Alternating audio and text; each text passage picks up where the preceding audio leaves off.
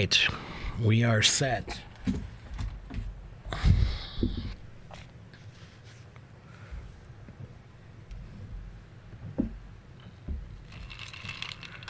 We are okay.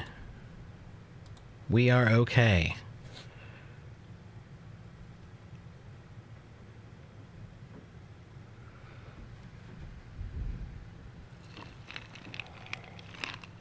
You can see me, but can you guys see us both? Okay. We're still trying to work out the camera angle. Can you see us both? Okay.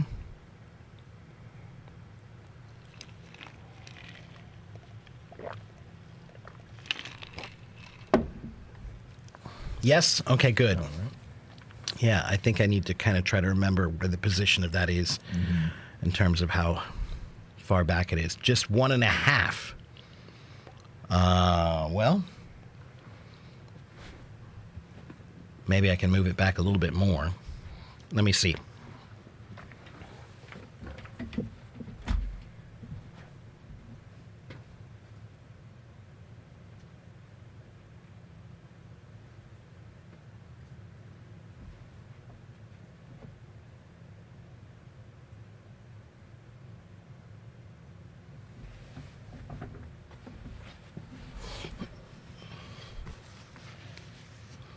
Is that any better?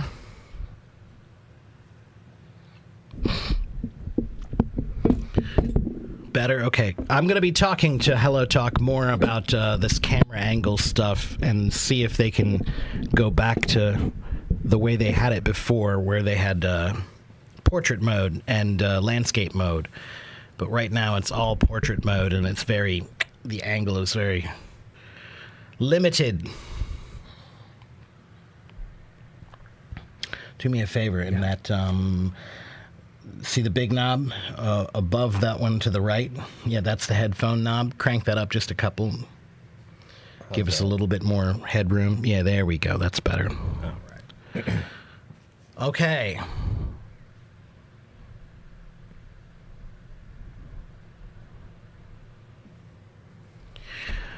Okay, well, again, you're welcome to ask us your questions about English, and we'll get some people up on the stage at some point, too.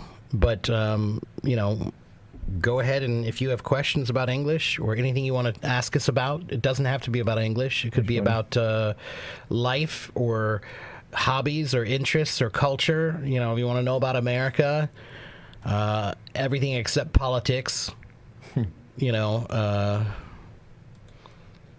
Politics bores me, so we're not going to talk about that, but anything else is generally fair game. Hello, Lient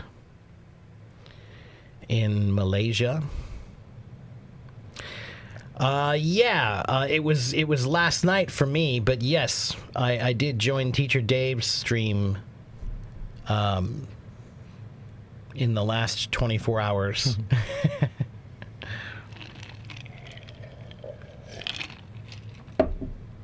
So Julian says, I would like to know more about grammar. Is it important at the time when we are talking? So Julian, when people ask me, is grammar important, my answer is always the same. If you're in school, grammar is important. If you're at work, grammar is probably important, depending on your job. If you are taking a test like the IELTS test, then yes, grammar is important.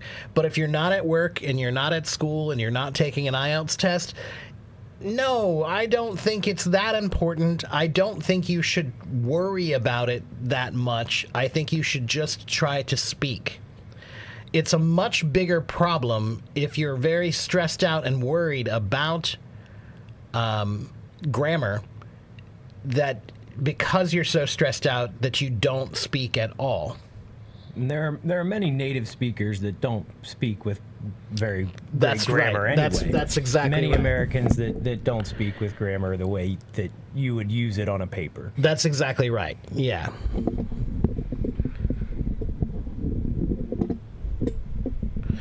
You're with the U.S. military, but you're still worrying about grammar? Well,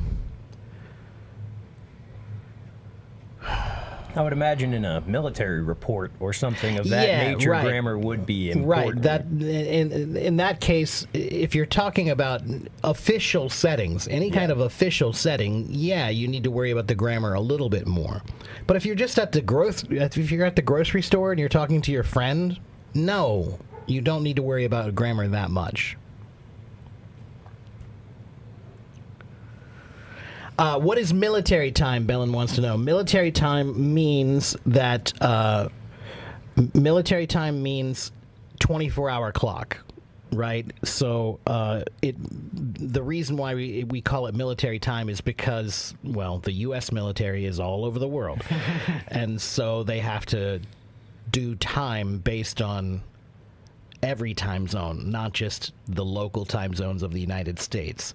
So that's what they do is military time, 24-hour clock.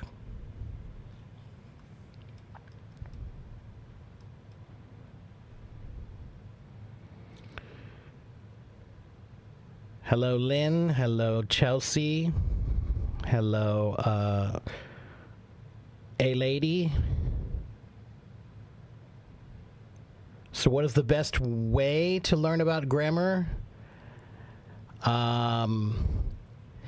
Julian,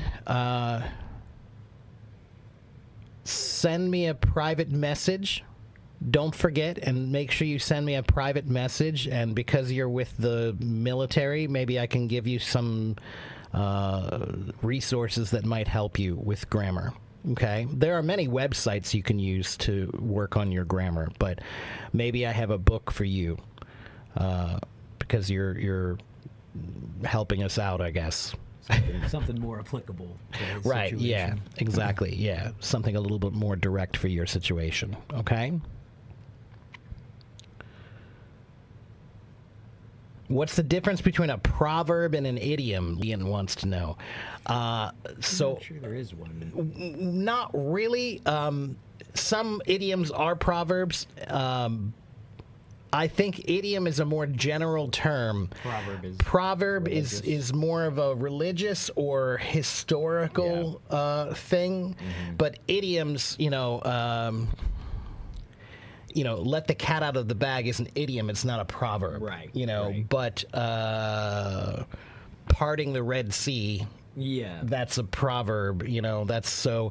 So what I would say is, proverb is usually something more traditionally religious or historical in some way. And is the word proverb derived from the Bible, as in the book of Proverbs? Well, let's find out. Because that's where I know the you word you are from. correct, sir. You are correct, sir. Yes. So the word proverb comes from the book of Proverbs in the Old Testament.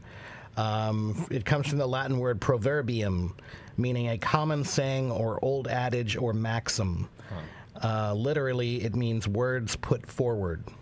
Pro, meaning forward or forth, and verbum, meaning word. Yeah, actually, the word verb in Latin just means word. And the reason why is because actually Latin words have their nouns and verbs at the same time. Right. Yeah, Right. so it's interesting. Yeah, that is interesting. So there you go. There's your answer. The word proverb itself comes from the Bible. So proverbs are usually religious or historically traditional in some way. Okay, and Amy, I know you want to come on stage. Yeah, give me just another couple minutes, and I'll get some people up on stage. Okay. Hello, Den. Good to see you. Hello, Vicky.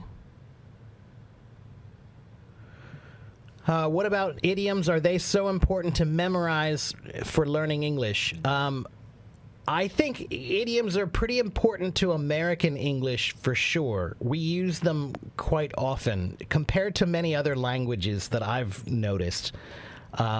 Like, for example, in Chinese, they have a lot of idioms in Chinese too, but they don't use them as often in regular speech as we do. My students used to tell me that if you use them, in regular speech, you sound like an old person, because you're using all this traditional, these traditional sayings that people don't use that much in common speech. So, yeah, I do think that you do need to use them. You do need to learn them. There's a good website you can go to. It's called theidioms.com.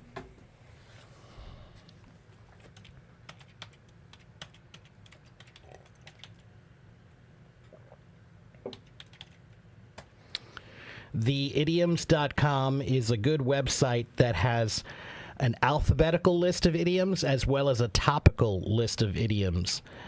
So go to theidioms.com and you can find a lot of idioms there. And here's what I recommend. I would say at least 85% or 90% of idioms have a really interesting story about where they come from. And if you learn the story of where they come from, then it's so easy to remember them, There was someone that asked about, it was, I don't know where it was. Someone had a question up a little bit. There we go. What's the meaning of paint the town red? Okay, yeah, so there's a perfect example. Yeah. Let's take a look at that one really quickly and see where that one comes from. Yeah, I'm not sure the story behind it, but the meaning is just to go out and have a great time and really just That's exactly go right. all around town and hoot it up and have a party. Well, there you go. So, again, these often have an interesting story. So, paint the town red means to go out and have a really good, fantastic time with your friends, enjoying your night out somewhere, like partying and, having a good time. And the story is apparently there was a guy, let's see, paint the town red. It comes from 1837. The Marquis of Waterford and a group of friends painted several buildings red in a spate of merrymaking. That's kind of a funny way to, Yeah. See, now this is why, I can't imagine a group of Americans deciding, hey, let's have some fun. Let's paint that building. Yeah, I wouldn't go over very well with whoever's in the building. So, yeah, but I just can't imagine oh, that sounds like fun. Let's paint a building. Painting a building, that sounds like a lot of fun. No, it doesn't. Why would you do that? Now, let me double check to make sure.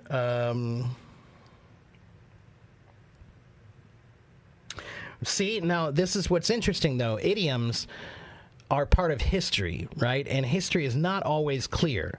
So there might be more than one origin story about where it comes from. So let me search here and see. Yeah, it says the origins of this phrase are not definitively known.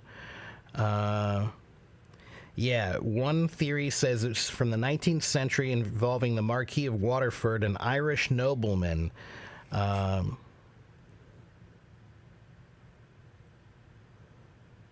The story goes that in the 1830s, the Marquis and a group of his friends went on a drunken spree in the town of Melton Mulberry in England, and during their night out, they allegedly painted several buildings in the town red using red paint or possibly even blood. Oh my God. Yeah, okay. That sounds like work. Yeah, right, fun. Exactly. The incident supposedly led to the coining of the phrase painting the town red. So that's one possible origin of where it comes from. Another theory suggests that it might have originated with the idea of lighting up the town or making it colorful and vibrant with excitement and activity. That doesn't sound really likely to me.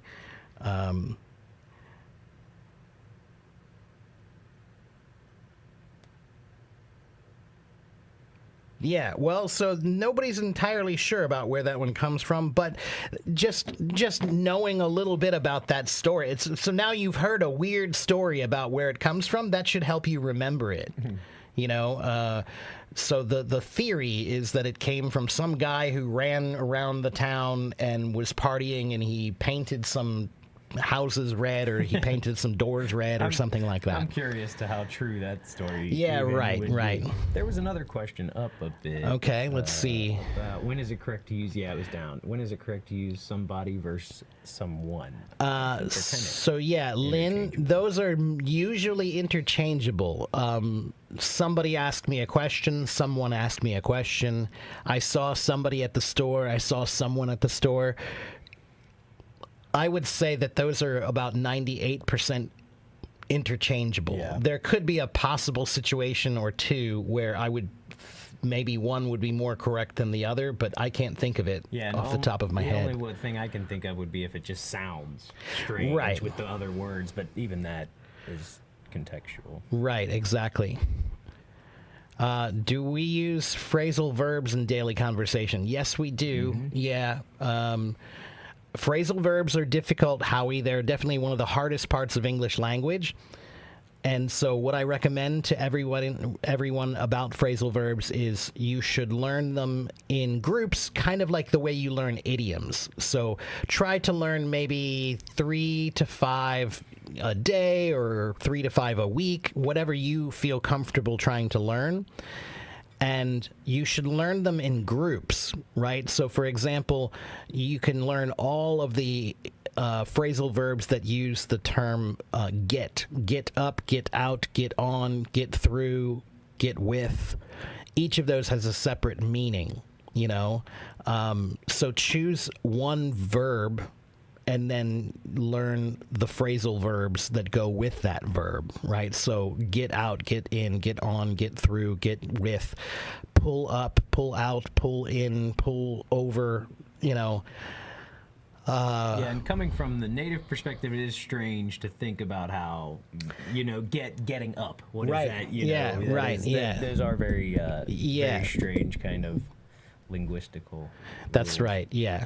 And what I like to tell people is that phrasal verbs are improvised language. So they're just created. Somebody one day decided to put those two words together, and it became popular, and people started saying it, I imagine it probably happened in somebody's family, Right. like, your dad said, hey, pull up into the driveway, and suddenly pull up, Now everybody gets up in the morning. Right, exactly, right, We all get our So they're improvised language, and they are popularized improvised language is probably the best way to put it. Okay?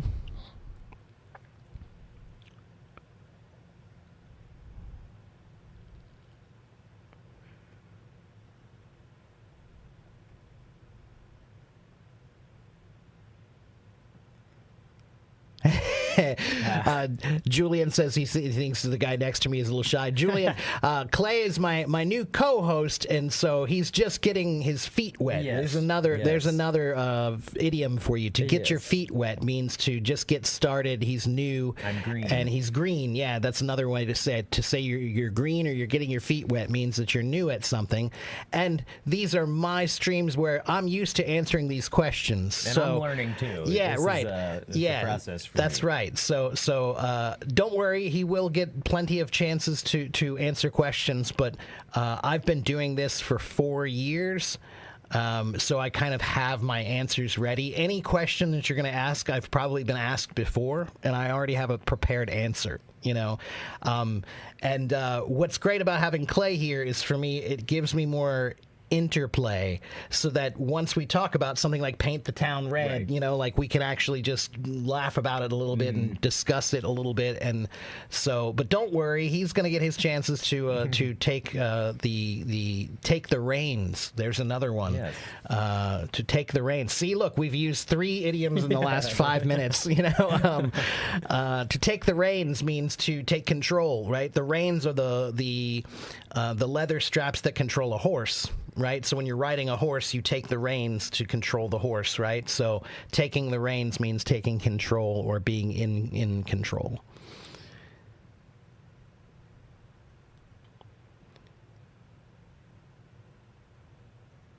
Hello, hello, hello, everyone. Welcome, welcome. Thank you, Julian.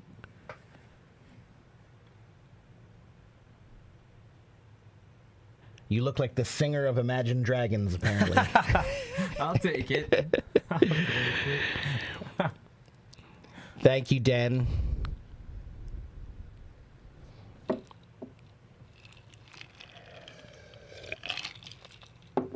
Yeah, so, well, now that we have a bunch of people here, yes, let's do that. Let's take a minute and let's introduce Clay. So you guys, most of you know me.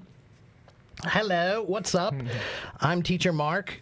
You've probably been here and seen me before, but Clay is a new friend of mine, and we found out we have a lot in common. I found him on Hello Talk using the nearby function. I was just looking for people near me, and he lives not too far away from me here, and he is studying English now to be an English teacher, and he learned English, of course, before, but now he's in college learning English, and he is going to be an English teacher, and he also is learning Chinese as well. So when I saw, hey, he's learning English, and he's studying English, and he wants to be an English teacher, and he's learning Chinese, I said, well, that's a lot like me. So we got together and hung out and hit it off pretty well. And so I invited him to be my new co-host. So, Clay, why don't you introduce yourself to the people more so than I just did? Yeah. Hello, everybody. My name is Clay. I live just across the river from Mark here in Kentucky is actually the state that I live in.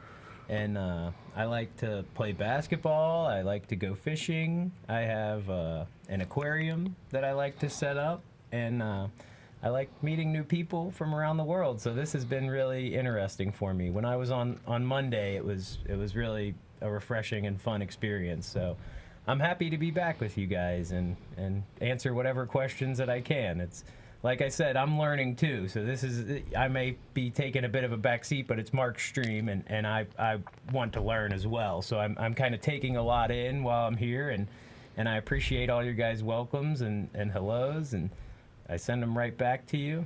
Thank you very much for that, and I'll be on more often, and I'll be coming up with some content for us. And yeah, we're gonna be working together to try to develop some new content together, both here on Hello Talk and on my YouTube channel.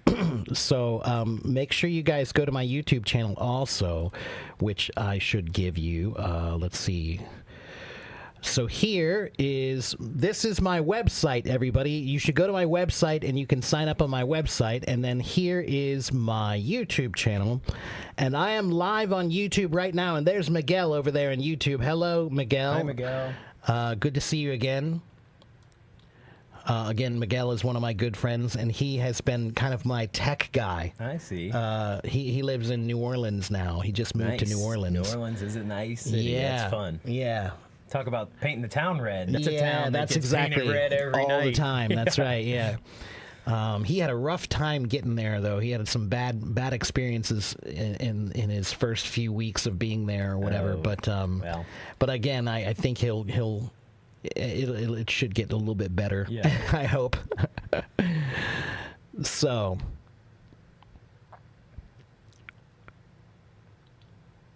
All right. Let's see. Sharon has a question. I can listen and read English, but when I speak, I don't know how to link words into sentences. Is there any way to improve? Okay. Well, Sharon, when you say link words into sentences, do you mean... So there are two things you could mean there. One is connecting words together, linking words, meaning the phrasing of the words, how they come together, right? Some people, when they speak English, when they're learning English, every word sounds like this. Everything sounds separated and not together.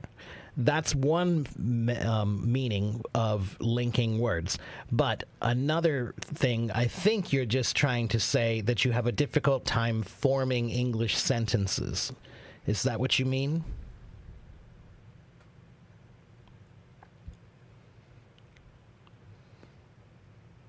Yeah， 你要说英文的句子，对不对？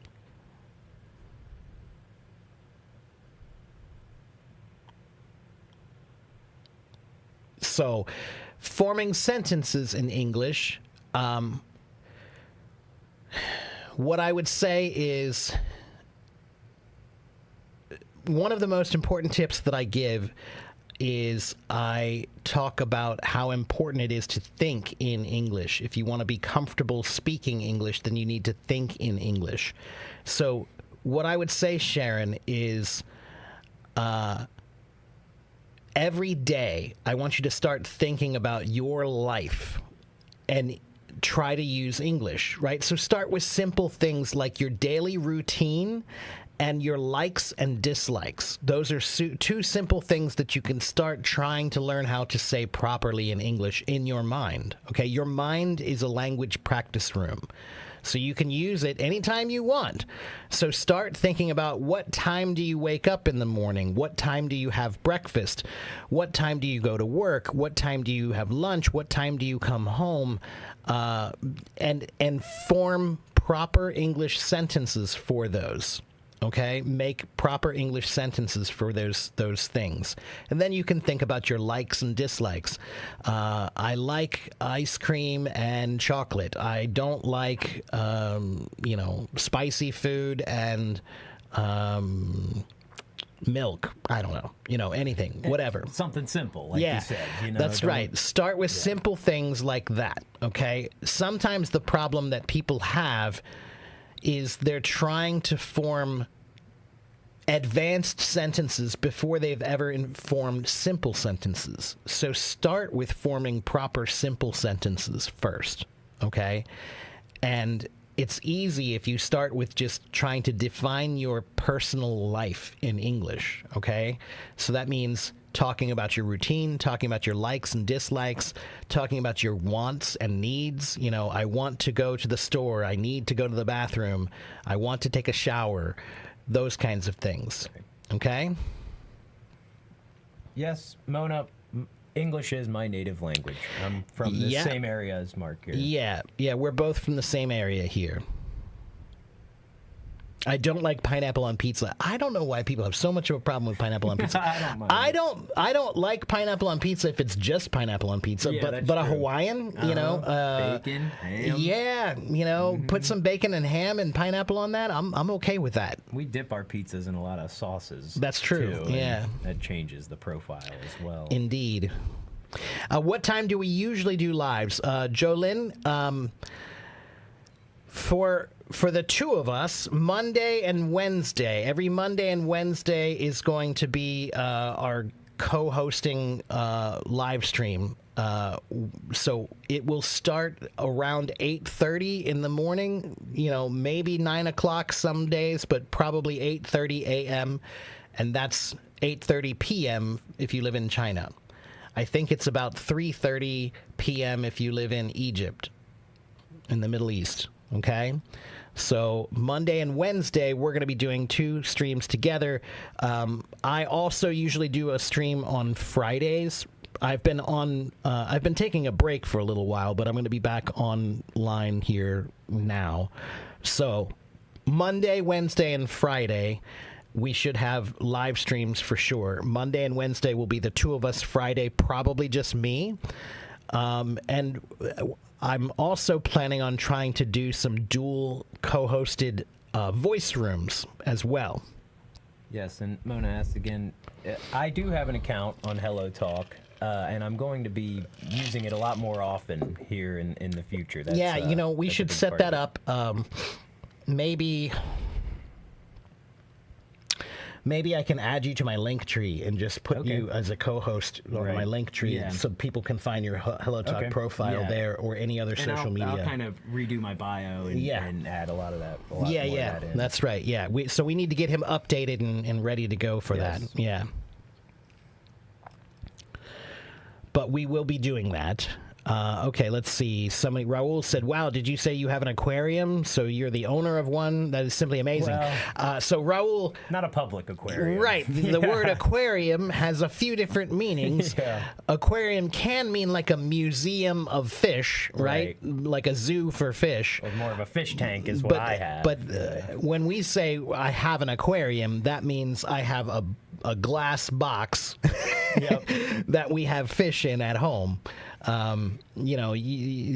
They can be pretty big, but they also can be pretty small. I've got a small one, and I'm actually about to upgrade into a really huge one in my basement. But, okay, cool. Yeah, and I'll have some big scary fish in there. Right on. It'll be fun. Sharon says, I like hot pot. It's a spicy food. Well, it doesn't have to be spicy. Yeah. I like spicy malatang. That's the spicy soup. But many people order it without the spicy soup, or any spices. Depends on if you like spicy food or not. Ukrainian wants to know, is Ukraine famous in my country? Yeah, I mean, of course. We know countries. Hello, Fadhili. Do we live in China? No, we live in the United States. So I live in Cincinnati, Ohio, and it's in the southwest corner of the state of Ohio in the United States. And Clay lives just across the river. So the bottom of my state is bordered, the border of the bottom of my state is the Ohio River. So you can cross over a bridge and suddenly you're in a different state, and that state is Kentucky. Kentucky. So, if you guys know KFC, everybody knows KFC. KFC means Kentucky Fried Chicken. So that's the state where KFC is from. And so he lives, it's not too far from me here. What is it, maybe 25 minutes to get here? Something like that? 25. So it's about a 25-minute drive from where I live here. It's a nice drive along the river and with some farms. Yep. Hello, David from India. What is basement? Basement is the lowest floor in a building that's usually underground. Yes. Yeah. That's a basement. The basement of a house means, so not all houses have this, right? For example, in California, most houses do not have a basement because they have too many earthquakes. And for example, when I lived in Taiwan, many people didn't have basements there either. But where I live in Ohio, I would say most houses have a basement. Yeah. When I lived in Georgia, most houses did not have a basement because of the way that the clay is. It shifts. The earth that they build the houses on shifts, so they don't build basements. They just build them over. That's right. Over the ground. Yeah.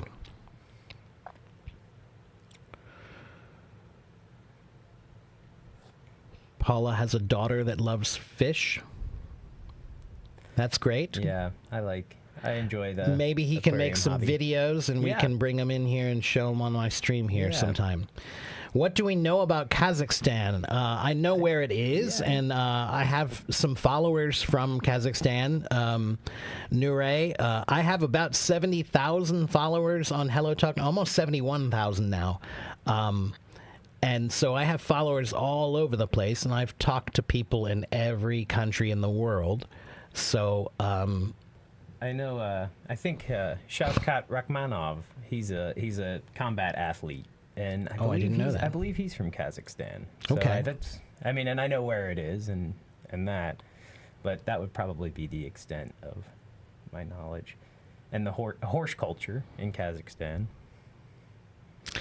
Sharon says, maybe you like Chinese medicine soup, I think. Yeah, so Chinese medicine soup is such a funny thing. I was talking about this last night on,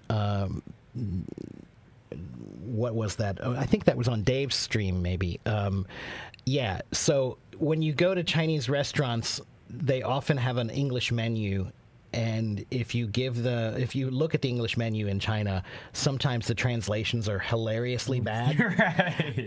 And one of them, that's the first one you'll notice, is when you're ordering hot pot, one of the flavors of the soup that you can get is often called Chinese medicine flavor. And it's like, that sounds yummy. Yum. Yeah, right? Let's have some medicine for dinner.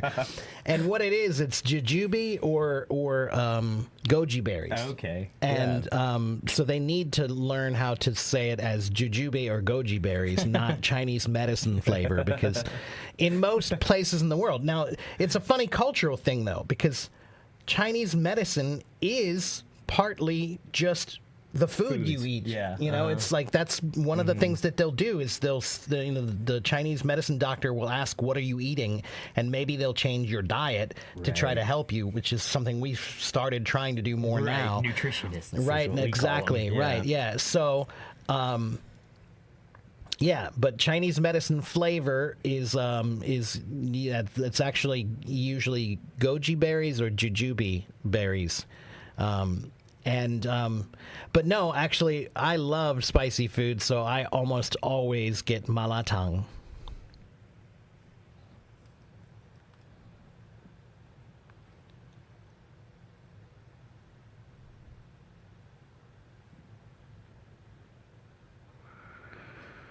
You thought it was a problem with the ground, but it turns out the house is built differently and doesn't have a basement. Right. Well, sometimes houses don't have basements because of the ground, right? So if the ground in that area is not the right type of ground, then they often won't build a basement for that house because it shifts too much. Yeah, if it's too soft. That's exactly right. If it's too soft, there's not enough hardness around the foundation, and it can break open into the earth, and your house will fall down. Are they fruits? I'm not exactly sure. I mean, they're called berries, so I think they're berries, but I'm not sure. Do a search online for that, Franco. Goji berries. Can we advise Nure about some attractions in our city? I enjoy going to the baseball game. That's something fun. You get a great view of the river from the stadium. You're right, in downtown area. You get to see a lot of liveliness, and you get to watch a fun sporting event. Yeah, and I'm not a huge sports guy, but my brother just invited me to go to a game, and I didn't go. I should have gone, but so we have a baseball team in our city, and we also have a football team, an American football team, not soccer. We do have one of those as well, though. Well, yeah, that's true. Yeah. We do, yeah. Recently, Well, we never talk about it, though. I mean, I don't anyway. That's the first time I brought it up. That's right, yeah. There's the Cincinnati Reds is actually the oldest baseball team in baseball, and 1869. Wow. Yeah. Okay, I didn't know that, but there you go, 1869, and then also. The Cincinnati Bengals is our football team. We have many nice parks and lots of nature here. The Ohio River is, a nice river to be able to experience. We have a lot of beautiful murals around the city. Oh, yeah, that's true. I saw an article in a national paper. It was called USA Today, and it said that for size, Cincinnati has the most murals. I didn't know that. Yeah, of any city in the country. I'm not sure how real the information is, but yeah, we have a lot of murals and great paintings and things around town to just walk around and check out. So Sharon says they're not fruits, they're healthcare products. But Sharon, they're both. They're both. I just looked it up, and it says here, goji berries are tiny red fruits packed with antioxidants and powerful medicinal properties. They are fruits, actually. They are fruits. But again, Sharon, almost all medicines come from plants. Yep. Lots of them come from fruits and vegetables and things like that. So, yeah, actually, goji is a fruit.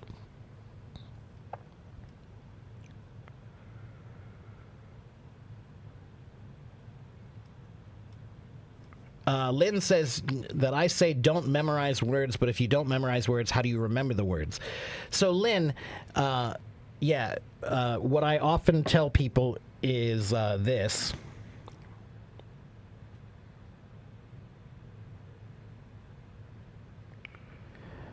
Memorizing is the worst way to learn.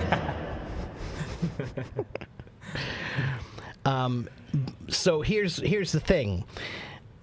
If you use memorizing as your first step in a longer process of learning the words, then I don't mind if you memorize as a first step. But that's not what most people do.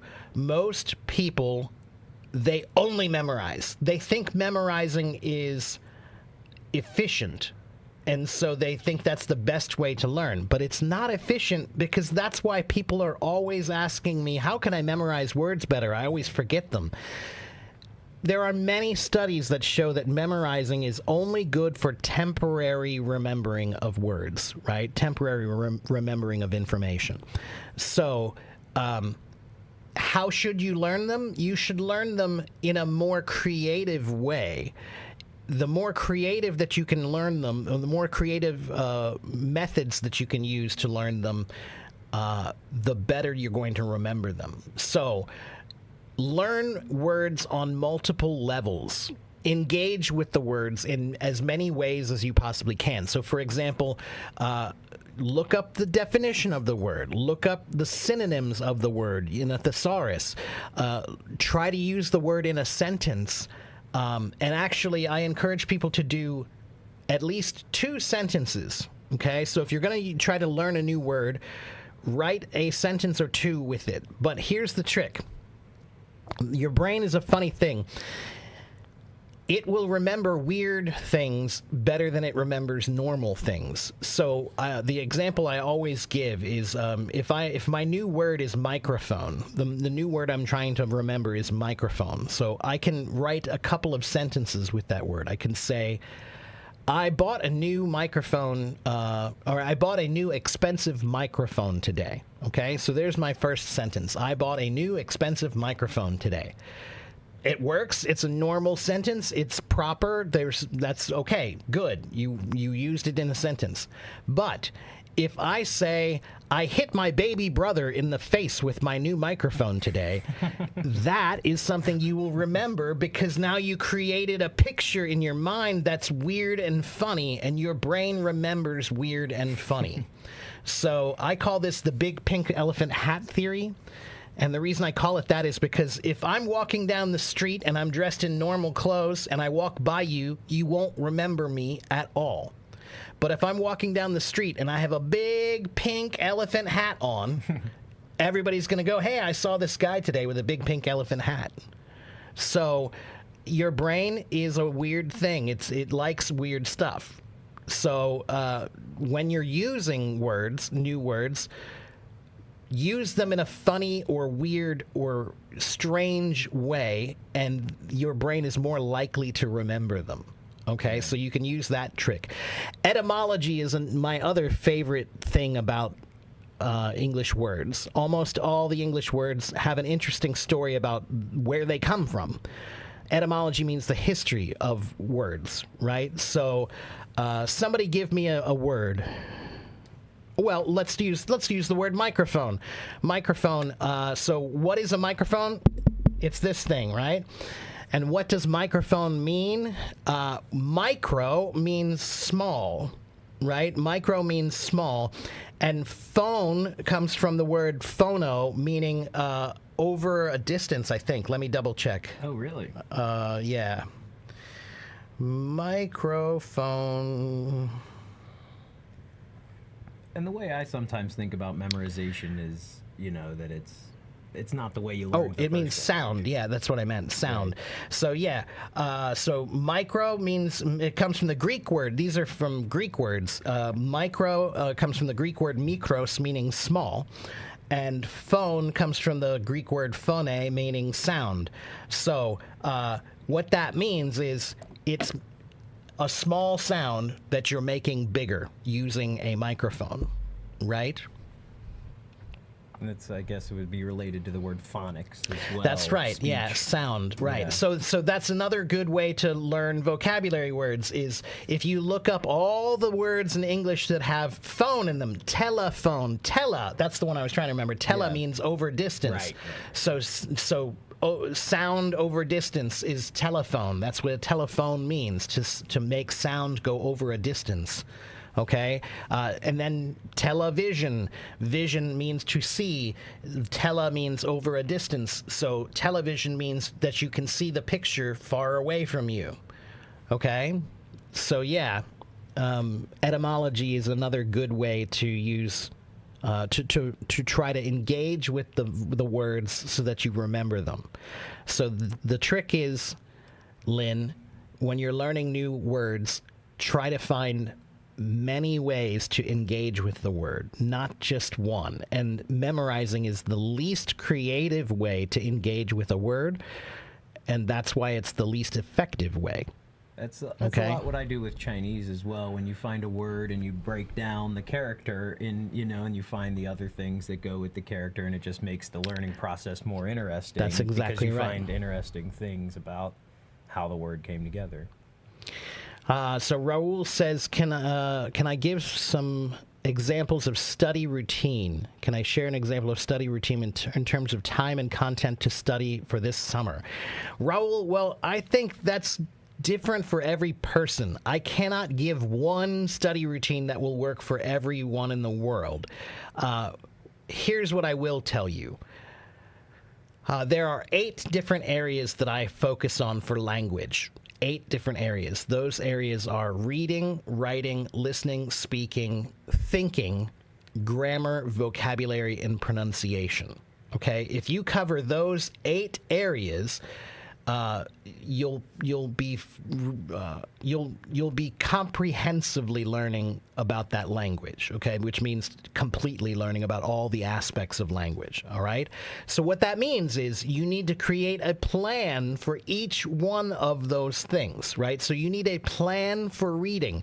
How am I going to work on my reading? What can I do? What do I have available to me? Do I have short stories? Do I have books? Do I have news? Do I have articles? Movie reviews, restaurant reviews, anything that you can read, right? So you need to make a plan for reading. Writing. Do you have a plan for writing? Do you write a daily journal? Do you write short stories? Do you write articles? Do you practice writing sentences with new vocabulary words? Those would be ways to practice writing. Reading, writing, listening. How are you practicing your listening? What are you listening to? Do you have audiobooks? Do you have podcasts? Do you have live streams? Do you watch TV and movies? Things like that, right? TED Talks. Okay, so what I will tell you is there is no one plan that works well for everybody, but there are 8 areas that you need to think about, and you need to create a plan for you to work on those areas, because some people are going to be better in one area than another, right? So if you're really good at speaking, but you're not good at reading or writing, then reading and writing is what you need to focus on.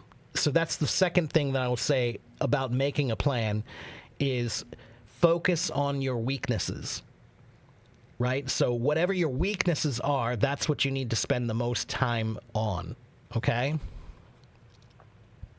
And then do as much as you possibly can. I mean, that's what any good teacher will tell you is, how much should I study?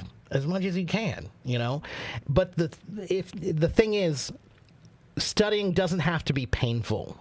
It doesn't have to be. If you find many, many, many ways to study, engage in the information in multiple ways, it's not so bad.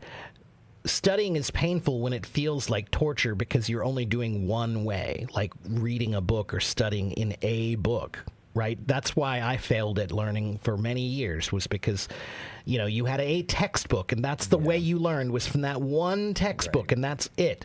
But now we have so many ways to engage with information. So your brain is a complicated machine. It wants to input information in as many ways as it possibly can. So that's what you should do. Okay? I had a question there. What is good for 2024? 2024 or 2024? 1999. Either are okay. Yeah, sometimes we say 2024, sometimes we say 2024. Both are fine. But for 1999, we would never say 1,999. That's exactly right. We would always say 1999. That's exactly right. So once we changed to 2000, that's when we started saying 20 blah blah blah, 2021, 2001, whatever. But you're right, 1999 has always been 1999, or starting with a 19 and then the following number. Mm-hmm. Thank you, Nellie. Hello, Pearl. Oh, it's too small. I can't read it.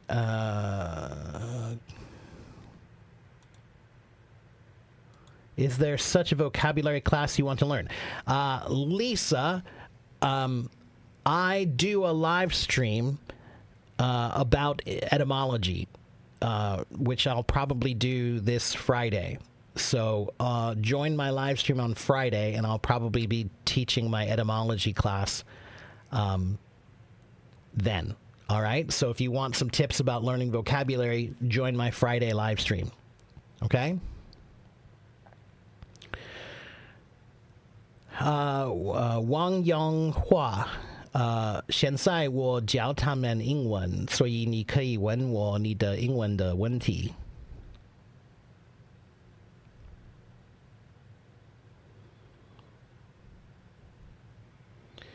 Okay, hello, Lion. As a non-native English speaker with a PhD in English literature and philosophy, should I mimic an accent or be myself? Okay. Let me think about that for a minute, Manoj. Kind of a choice. Yeah, I think so. Manoj, I think you should be yourself. It'll be easier. But what I will tell you, Manoj, is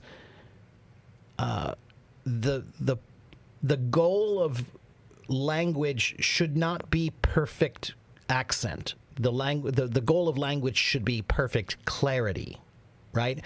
So, Manoj, you can speak English perfectly well with any accent from any country, any culture. I don't care where you come from. You can speak English perfectly clearly with a Chinese accent, a Japanese accent, a French accent, a German accent, an Indian accent. It does not matter what accent you have. The only problem is if your accent is unclear. That's a problem. Okay? So focus on clarity. All right. And sometimes people really want to sound like us. Right. Right. And okay, I understand that you want to have this sound, but I want you to think about one thing. There is one negative aspect of getting rid of your accent completely.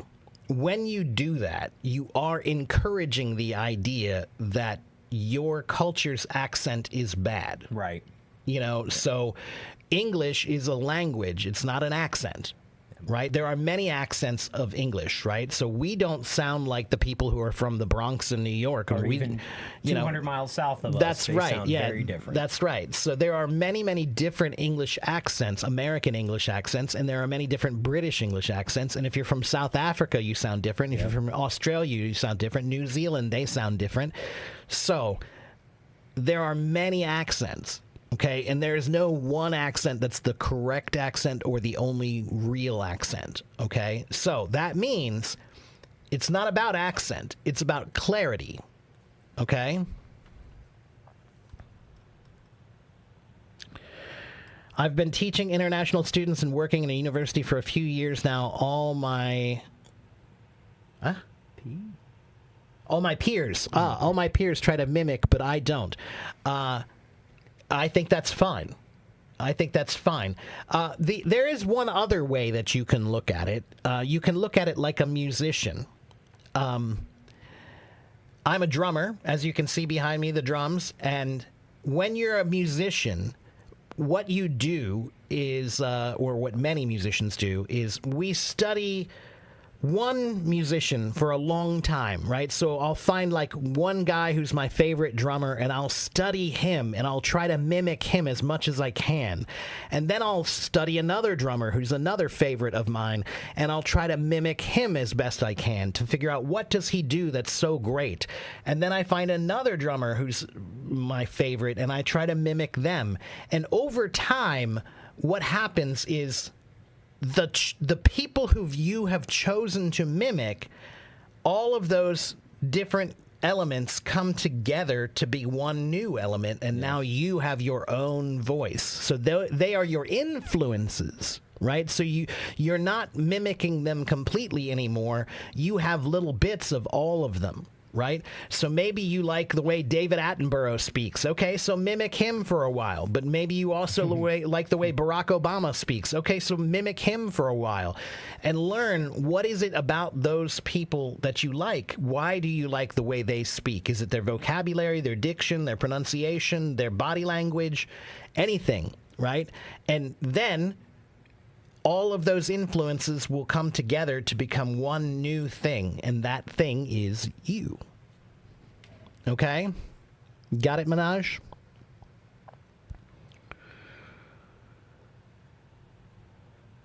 Hello, hello, hello, everyone. Hello, Juan Pablo and Alexa. Hello, is it Nastaran? Hello, Jessica. Bonsoir. Mm-hmm. Hello, Tu. Hello, Chang. Hello, Annie. Hello, Annie, yeah. But could anyone be able to achieve an accent as an American? Yeah, you can, Grace. But what I tell people is if you want to sound like me, it might take you up to 5 years. Right? It's a possible goal, but it might take you between 2 and 5 years, depending on how you... Well, it depends on how much you work on it. It depends on how strong your native accent is, right? It depends on many things. But if you want to achieve clarity, that can be done in 1 year. And you may even not see the return on the time that's you've exactly invested right. Trying to get the same accent, when in reality, like Mark said, clarity, if we can understand you, if I can understand you, that's it. The accent does not matter. That's exactly right. Yeah. And you also have to remember there's a part of it that has to do with American culture. Right. America is a country made of people from all over. Right? So we have many people with many accents here, and personally, I love that. Me too. You know, I love having accents. There's a girl who works at my post office. She's from India. She has a pretty strong Indian accent. It's not a problem because it's clear enough, right? My neighbor up the street is from Taiwan. He has been here for 30 years, but he still has an accent. Yes. Is it a problem? No. He's been here for 30 years. If it was a problem, he would have figured it out. He would have learned how to get a perfect American accent. But it's not a problem, so he doesn't. He's clear. And I have many Mexican and Hispanic neighbors in my neighborhood, and they all speak with an accent, but I can understand them clearly, and there's no problem with their language. Right. That's exactly right. Now, are there some people who will be judgmental of you if you have an accent? Yeah, there are. That is called linguicism. Linguicism is a word that means judging people based on their language unfairly, right? Judging people unfairly based on their language or pronunciation or things like that. That's called linguicism. Like racism, right? Is judging people based on their race, right? So sure, there are some people who, if you sound like you're from a foreign country, they're what we call xenophobes. Yes. They're xenophobic, which means that they are somewhat afraid of or unhappy with foreigners, right? They don't like people from foreign places. So is it possible they might not like your accent? Yeah, it is. But forget them. Yeah, I wouldn't worry too much about what they think. Right, forget them. Yeah. They probably don't have the best English either. They don't have the best English, and they nearly 100% chance that they don't speak another language. 100% chance that they do not speak another language. Nearly all Americans don't know a second language. I would say less than 10% probably can speak a second language well. Yeah. So just, keep that in mind about Americans. It's a funny thing. Why don't Americans know other languages? There's one really obvious reason why. Proximity. It all has to do with proximity. So America is a country, or the United States is a country where above us we have Canada, and the majority of them speak English as well, right? And below us we have Mexico, and they speak Spanish. So there are a lot of Spanish-speaking people in the United States. There are. But we don't have a lot of exposure to any other cultures or languages here, not in a close sense. If you live in Switzerland, it's possible you might know Swiss and German and Italian and French. You might know 4 or 5 languages, right? Natively. Mm-hmm. But the reason why is because you're surrounded by those places. There are many languages close by that influence the culture there. But we're isolated in that way culturally, so there's not a strong pressure for people to learn another language here. And a lot of the time, our only access to that is within, school systems that aren't always teaching us exactly, useful language. Yeah, and they're not, and I still think that the methods that they use to teach languages are pretty archaic. Yeah, they haven't changed at all in many years. And same for everybody. Yeah. Nothing has changed. Yeah, and it's so sad that, honestly, it's one of the, I don't understand how it's possible that language learning can still be so abysmal over so many years. Yeah. I would guess that most language classes have a less than 30% success rate in terms of the number of students who graduate with an ability to use that language. And then even of those, how many 5 years after this even class fewer. Can still use it? Because we don't, like you said, we don't have a lot of opportunity. Right. Because so it's crazy that they keep using those same methods even though they're clearly not working. Yeah, the stats have not Yeah. shook out for them. That's right, yeah. Okay, let's see. Did I miss any other comments here? Let me make sure I didn't miss anything.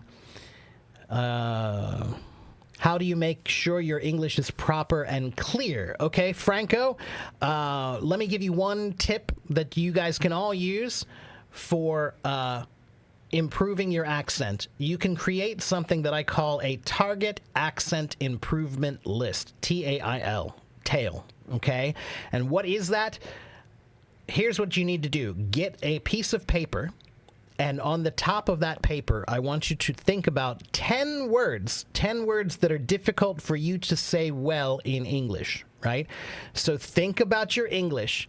Think about what words or sounds are difficult for you to say properly, and then write out 10 words across the top of that paper that are difficult for you to say, okay? So now you have a piece of paper, and there's a list with 10 words on the top that are hard for you to say.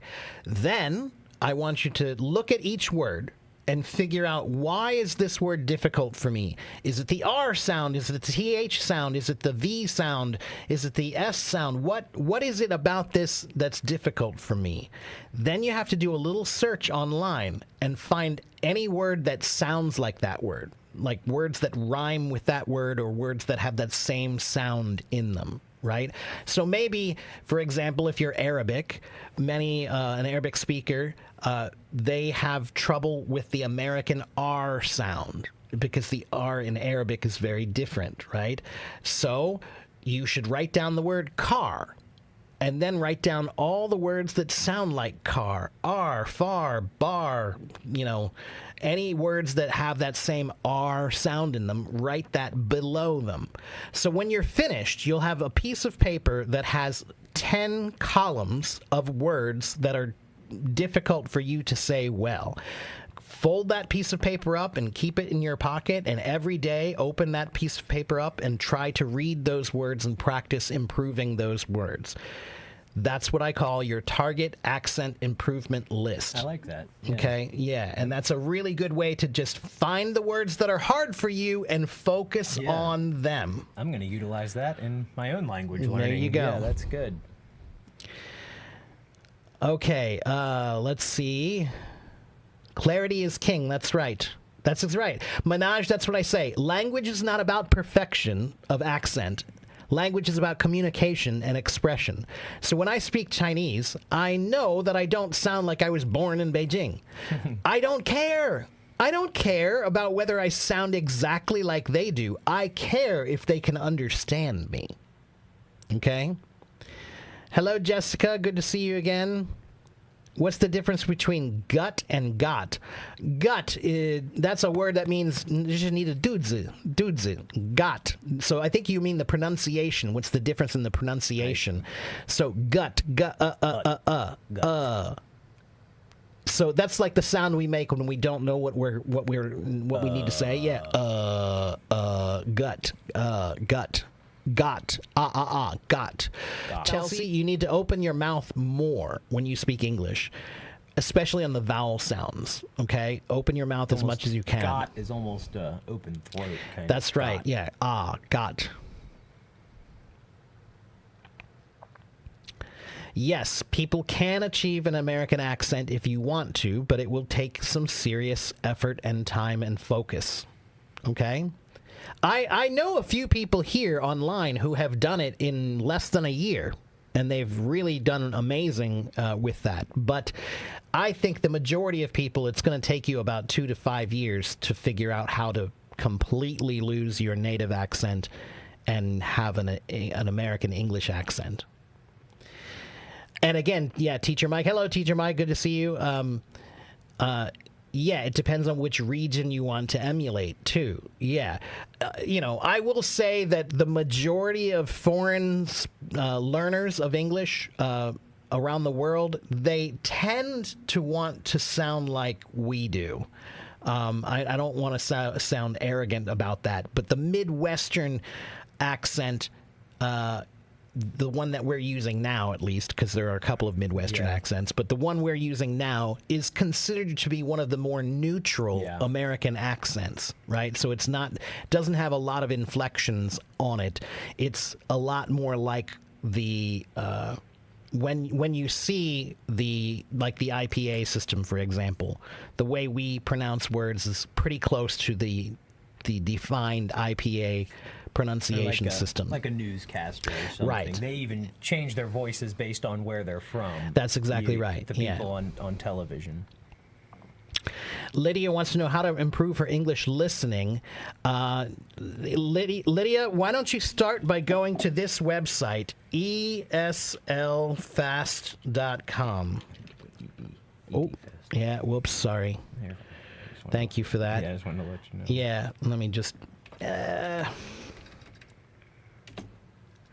eslfast.com is a good website you can go to that has a lot of short reading stories that you can read, but they also have a native speaker. There's a recording for all of them with a native speaker, and they're very short, and they don't speak too fast on that usually. So it's a good site for beginners to practice their listening and their reading.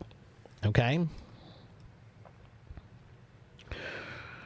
All right, let's see. I do want to get somebody up on the stage here. Let me just see if I can catch up with the comments. This is where it gets hard. Sometimes it's like, you're getting swamped. All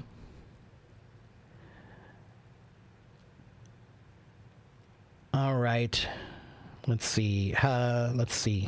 Nellie, we're not talking about anything involving that man. Sorry. I saw that too. I was like, yeah. If you want to send me a private message about that, maybe I'll help you. But we're not discussing anything involving any orange people.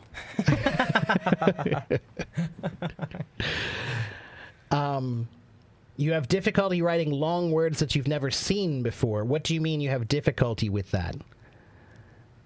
You're welcome, Lynn. What's the best way to learn English? I love this question. The best way to learn English is every way, okay? If you want to learn something well, if your goal is to learn something well, then you need every possible way to learn that thing that you possibly can get. So you need books and videos and apps and teachers and friends and podcasts and live streams and TV and movies. Anything that you can get that will help you to learn, that's the best way to learn. Okay, I know you want me to tell you one thing like, oh, watching TV and movies is the best way to learn. No! If you want to learn something, you need to try to attack it from every angle that you possibly can, not just one. And to keep yourself engaged. That's exactly right. That's the other advantage. Again, when I had just book one, like, okay, you have to do book one first, and then after book one, then you'll do book two, and then after book two, you do book three. That's almost a guaranteed method to kill somebody's excitement about learning. Yeah, right. But if you have books and videos and apps and shows and movies and all kinds of ways to engage, live streams. That's right. Then you can, this is how I used to practice drums. I would do, for example, reading music is not very exciting, and many musicians don't enjoy it very much. So I would practice reading music for 20 minutes or half an hour or an hour if I can, right? And then once I get frustrated and bored, I'll stop doing that, take a break for a few minutes, maybe just play around for a few minutes, just relax, do something, and then I'll choose another method of learning. And then I'll work on my hand skills, or I'll work on my rock beats, or I'll work on my jazz music, or I'll work on listening. I'll listen to some music and focus on listening. So if you have many different ways to engage with the material, then you can keep yourself interested, and you can make sure that you're attacking the subject from every angle, right? If you only attack it from one angle, there's a very strong possibility that you're not going to learn it very well. Okay? And Teacher Mike says you have to find the methods that suits your learning style. There's no one best way that fits everyone. I tend to agree somewhat, Mike, but I don't fully endorse the concept of learning styles anymore. I used to. When I was a kid, I always used to argue, well, I don't learn well that way.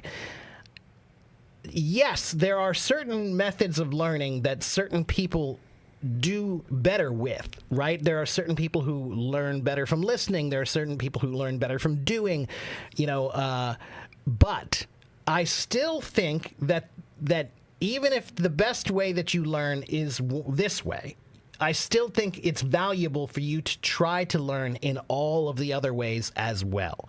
So it's good to know what your strength is, in which way you learn best.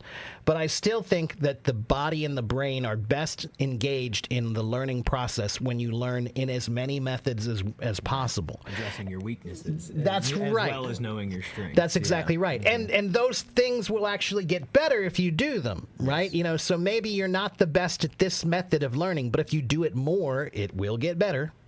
It will get better. So I still think there's value in knowing what method is good for you, but I just don't think you should shy away from other methods just because that one is good for you.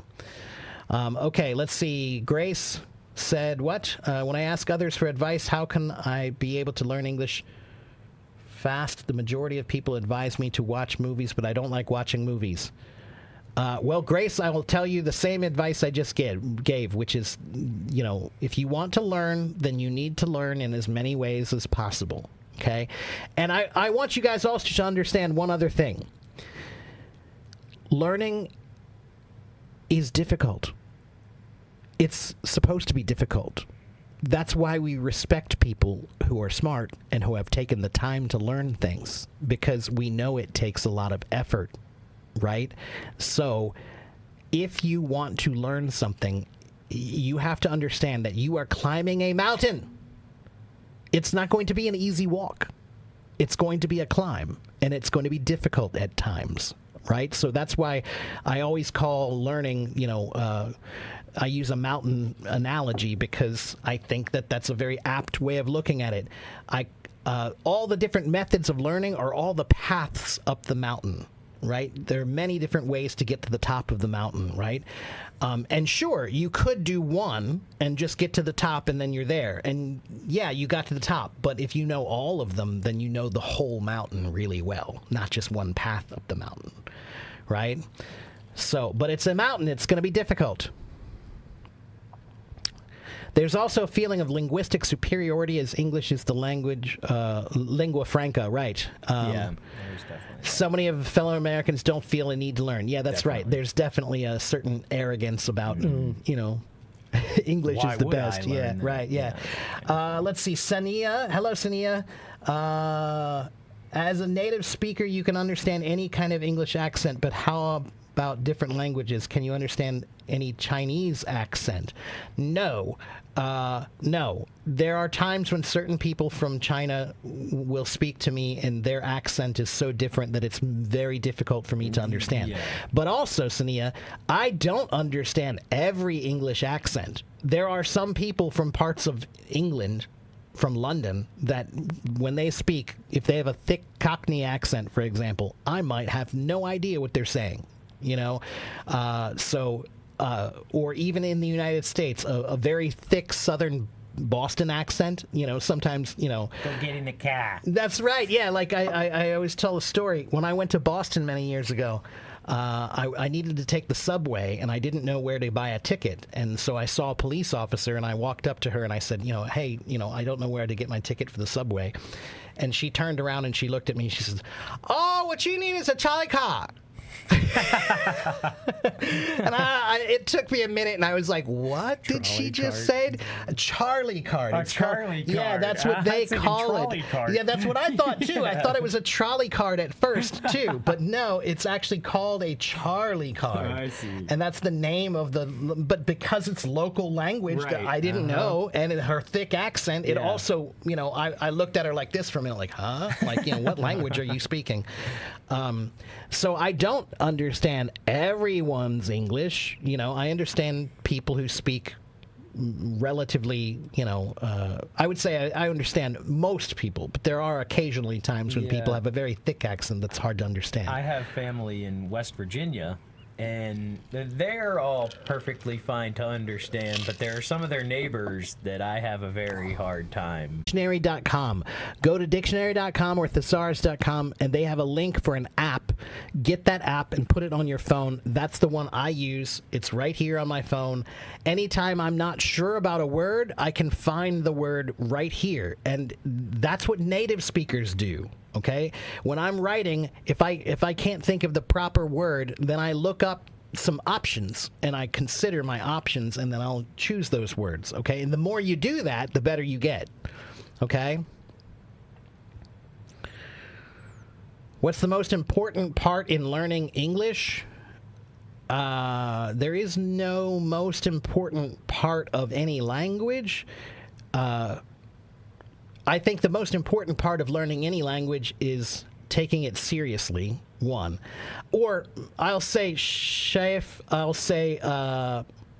thinking, I think is the most important part of language. You need to learn how to think in that language to use that language well.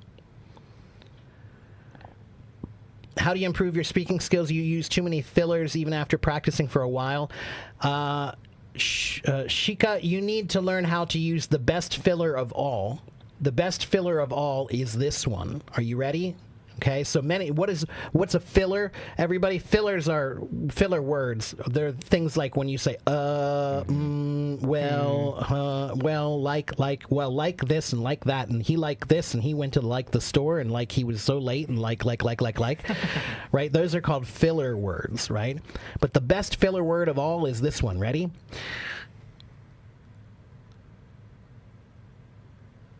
Silence.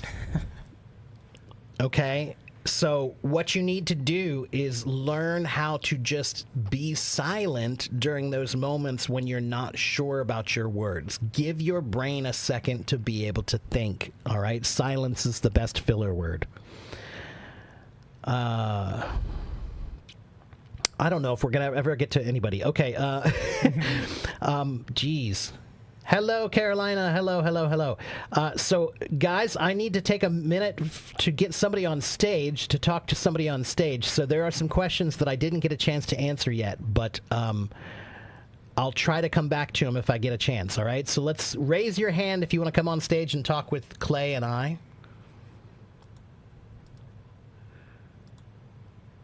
Let's give some people some time here for a minute. Yeah.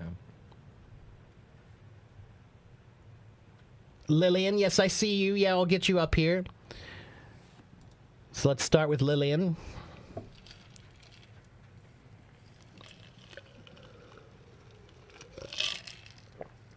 Hi. Hello, Lillian. How are you?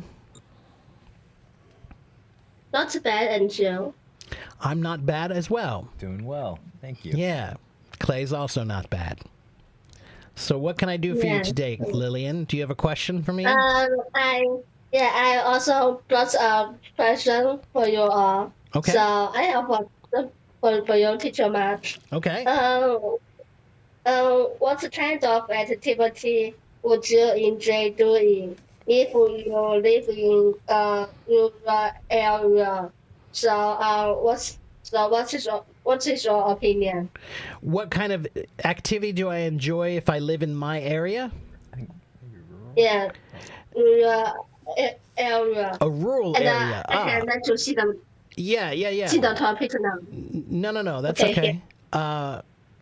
If you live in a rural area, yeah, okay. That's a hard word. Yeah, it's a hard word. Yeah, that's exactly right. Yeah. So a rural area, rural, everybody, RURAL. It means like a farmland area or a countryside area.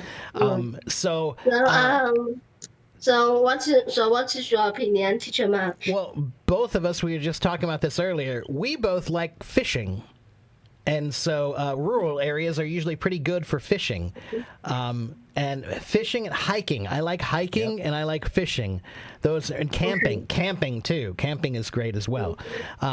So America has a lot of good parks and a lot of good nature areas, natural areas. So I like to explore those areas as much as I can. And hiking and camping and fishing are three ways that are fun to enjoy rural areas. My cousin, he lives in a very rural area in Kentucky, in southern Kentucky, and he has some machines, some four-wheeling cars that you can drive on the trails, and you go fast through the woods, and that's fun too. But personally, I prefer a little bit more slow, you know, some fishing and just hanging out. Yeah. So, and then I also think countrysides sometimes are fun for exploring the local area. Like, so in America, Lillian, sometimes we like to do something called taking a road trip. Wow. A road trip means road trip means like a short vacation. You just get in the car with your friends and you drive someplace and you just see what's there, right? And so sometimes you can drive down the highway and you'll see, oh look, there's a pie restaurant. Oh, let's try that pie restaurant. Let's try some pie. Or there's a sandwich place. Let's go try that local sandwich place. Or we live in an area with Amish country. Yeah. You know, the Amish are a religious group of people that they live in a very, very traditional way with no electricity and no tools. Well, not mostly. Yeah, no cars. Yeah, no cars. Right. So it's interesting to go out to see their lifestyle, you know. Okay. Yeah. They built my cousin's house, actually. Oh, no kidding. The same cousin that I was talking about. That's interesting. They're very excellent builders. Yeah, they are. The Amish can build very well with wood. Yeah. That's a good question, Lillian. Thank you.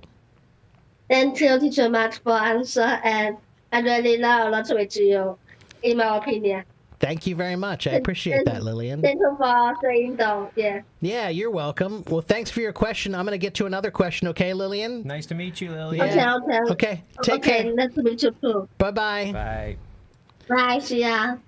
Okay, so let's see. Let me catch up with a couple more questions here in the chat, and then we'll go to somebody else on stage. So let's see.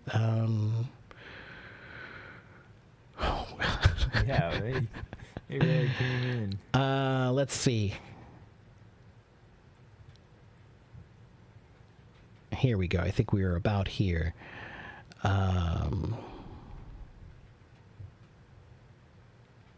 Sometimes I can't clearly understand what people say when you talk with others. So Amelia, that's true for even me. You know, not everyone speaks well, right? So Amelia, does everyone in China speak completely clearly? No. There are some people who speak more clearly than others. There are some people who have a stronger accent than others, right? So the same thing is true in America or any other native English-speaking country.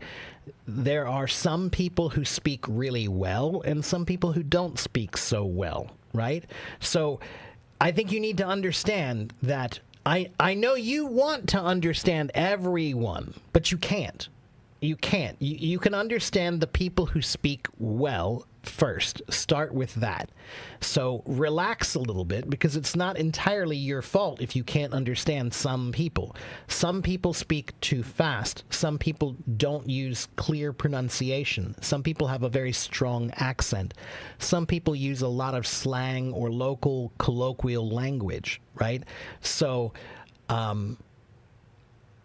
try to start with people who speak well. Find some people that you do understand and listen to them as much as you can.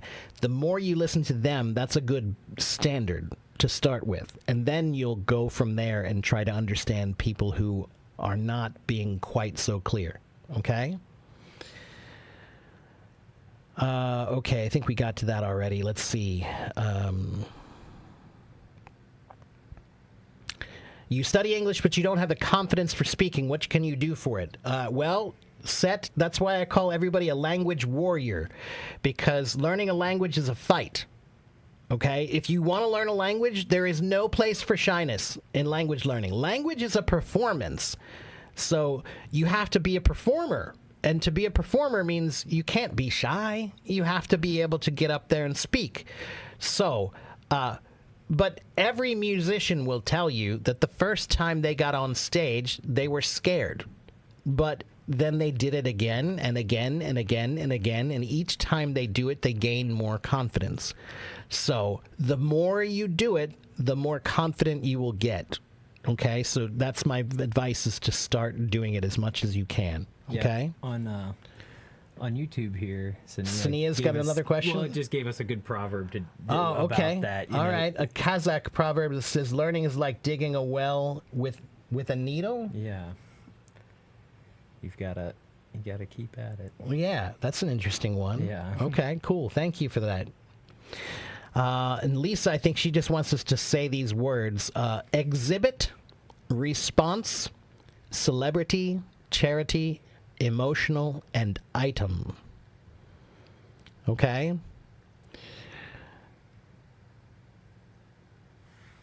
Is it you want to take a few questions? Okay. Is it really important to change natural accent in order to communicate well? We covered that earlier. Yeah. I don't think that it is very important. The clarity is important. Is the most important. Yeah. If we can understand the words that you're saying, then the accent doesn't matter. We deal with many accents here in America, and we're able to listen to and understand almost all of them if given enough time and clarity. Yeah. Angel wants to know a book for intermediate level. Maybe try The Little Prince. The Little Prince or The Old Man and the Sea. Those are both recommended books that are not too difficult. Okay? Considered the main verb in the sentence, or is it used to improve the sentence? Well, that depends on the sentence. Yeah. Omar, get, and got, the usage of those, it depends on the sentence. But get is generally the present tense form, and got is the past tense form. But it also depends on if you're talking about using them as a phrasal verb or as just a verb. right? So, Omar, it's going to really depend on the sentence. And you may hear those used incorrectly at times as well. Get and got, depending on who's speaking. If some people use got in the wrong context. Nelly, I understand you were asking only about the preposition, but maybe you can ask about a different sentence so that we don't even bring that up. Okay? Okay, let's see. How do English native speakers learn English words?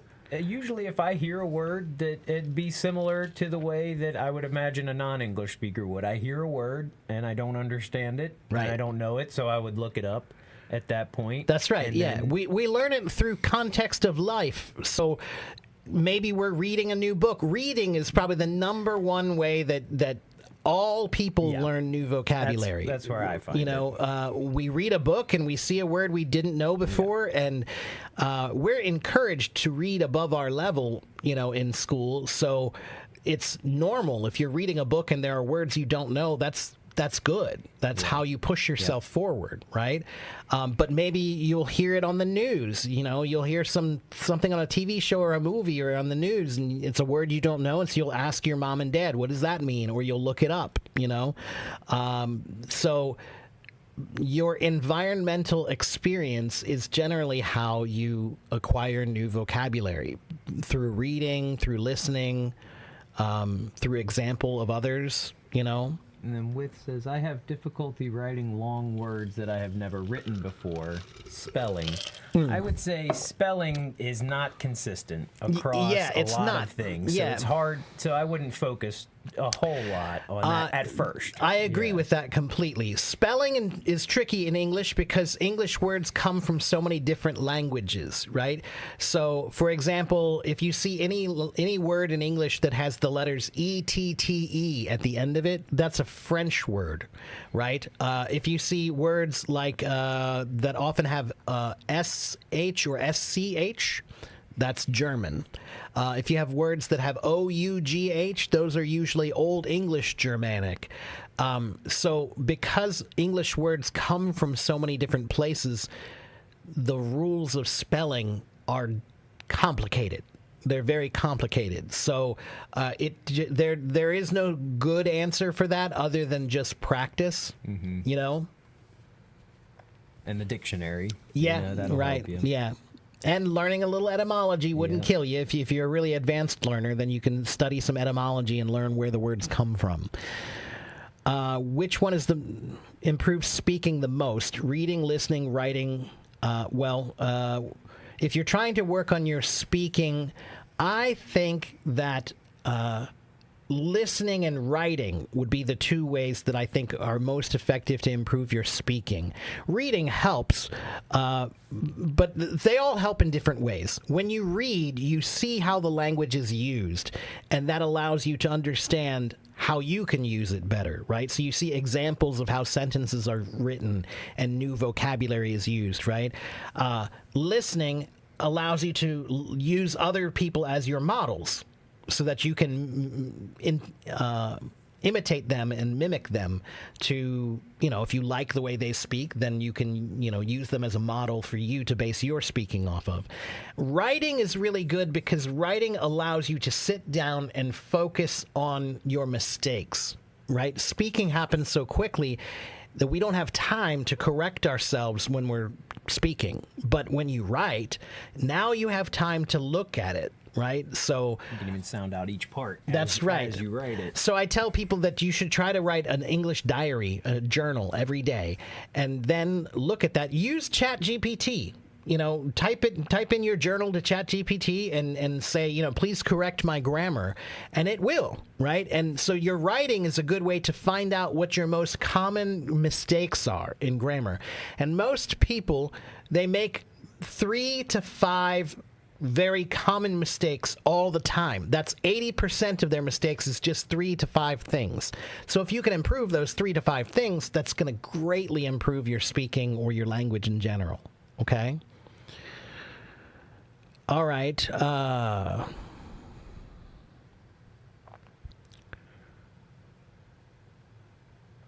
You attended many language classes, but you always forgot everything you learned very quickly. Not just you. Yeah. Well, origin consistency is important in learning. If you're just dipping your toes in the water, then every time you do that, you're not learning how to swim. So you have to jump in fully if you really want to learn, right? So engage with the material more is what I would say.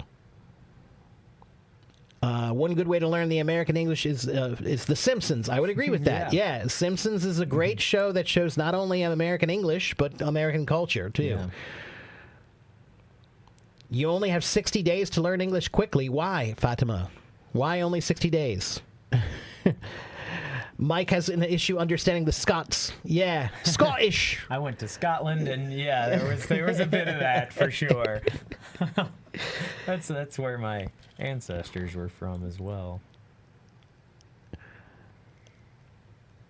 All right, let's get somebody else on the stage. Let's try. Let's talk to Fatima since she said she only has 60 days to learn English. Why do you only have 60 days to learn English, Fatima?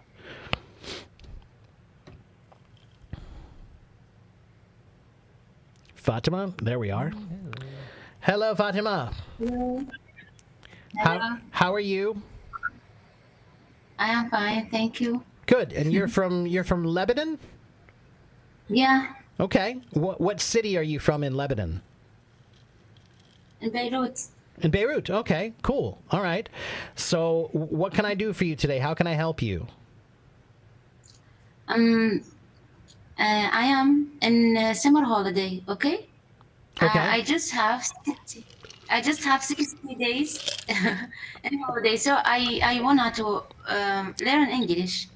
Okay. And yeah. All right. Well, now I think I understand a little bit better. What I would recommend for you is I would recommend get an English travel phrase book. Okay? An English travel phrase book, like a vacation book, a book that you buy just for learning English for a vacation, and that's all. Okay? If you only have 60 days to try to learn as much as you can, travel phrase books are amazing books. They're designed to try to teach you language quickly for just a very short period of time. So, if you can study that book, seriously study it, then you can learn a lot from those books because they're designed to be very practical. They're designed to teach you practical usage of the language quickly. They're not going to focus too much on grammar or on perfection. They're going to focus on practical usage of the English language. Okay, so that's what I would say is go online and see if you can find an English travel phrase book, an English-Arabic travel phrase book, right? One that translates into Arabic so that you can read it and understand it, and that's probably my best advice for you in that short period of time. Okay? Okay. Why I said I have just 60 days because I am work. I am a teacher Arabic. Okay, I teach Arabic. Yeah. Okay. So I wanna to exchange my major to teach English because last year I visited India. So when I go there, lots of people in India speak English, so I can communicate with them very, Okay. Then I still think that I would say a travel phrase book would probably be one of the best ways for you to try to work on your language in that short period of time. Okay?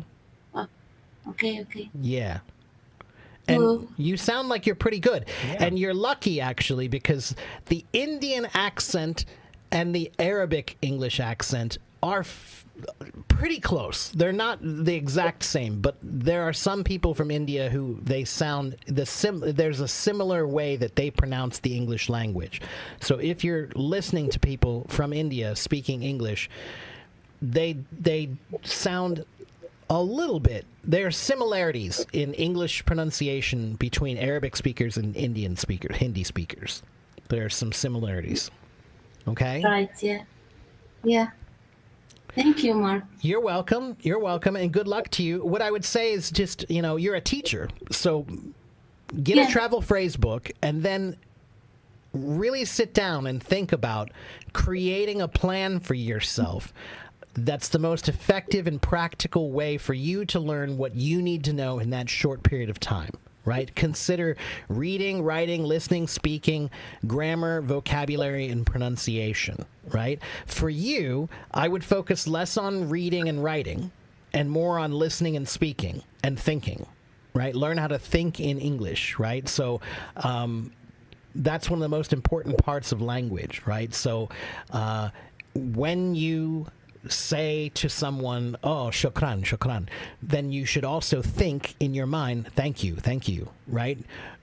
You know, whatever you're saying, if you're saying anything in Arabic, try to see if you can think it in English as well. That's good practice, okay?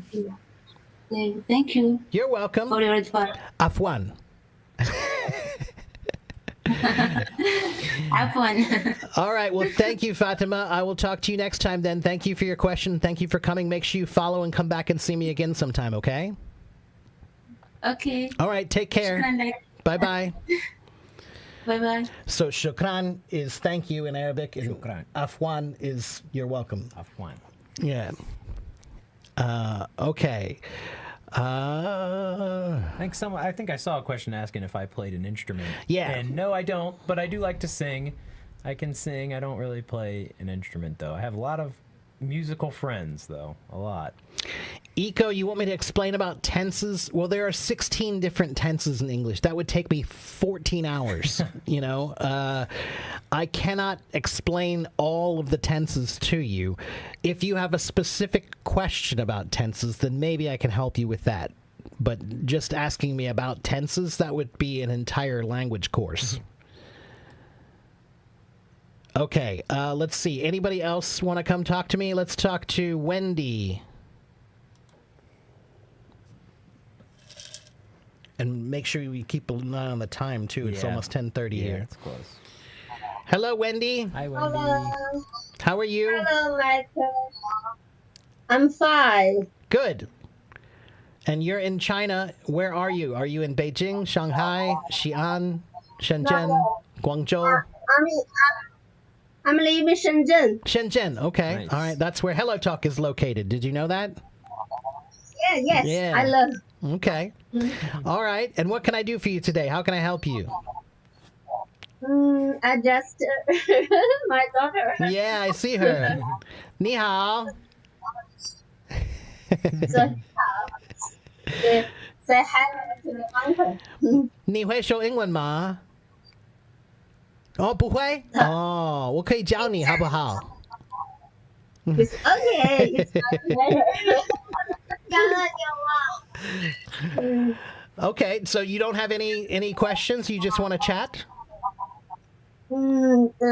I just want to conversate with you because just now I listened to your live stream for a long time. I think your pronunciation is very pretty good. I like it. Thank you. It's very clear. Thank you. I can understand every word. Good. I'm glad. Yeah. I try to speak as clearly as I can when I'm teaching. Yeah, I was gonna say that's the goal. Yeah, I think when right. we're teaching is to be completely understandable. You know, when I speak to my friends, sometimes I speak more quickly and sometimes I use different language. But when I'm teaching, I always try to speak at a nice, even speed, and I really overpronounce my language. Yes, yes.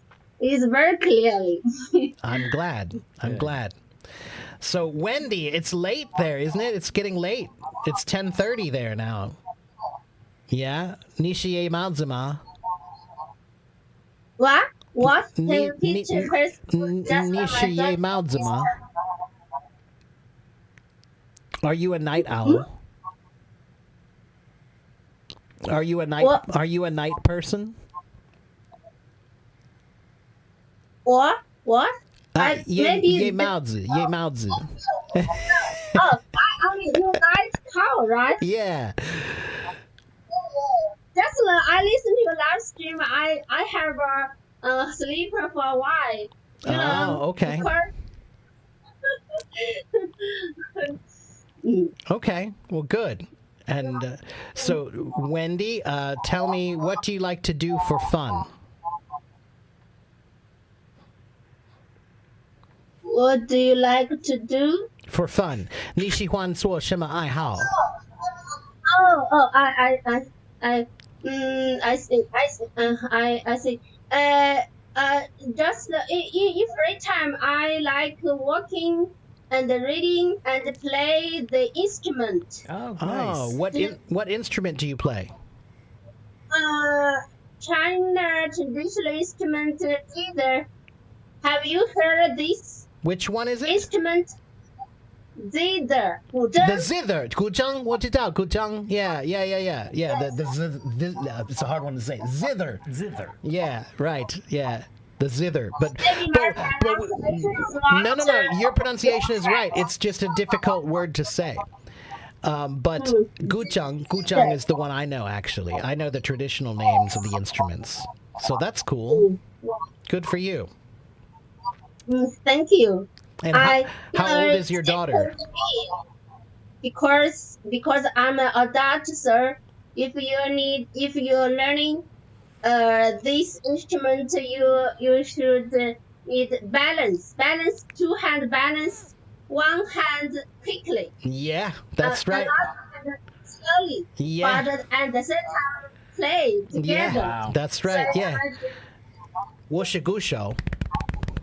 所以我也需要。You're a musician? Yeah, I'm a drummer. Yeah. Oh, drummer. Yeah. So I have to use my hands and my feet at the same time. Balance. We call that coordination. Coordination.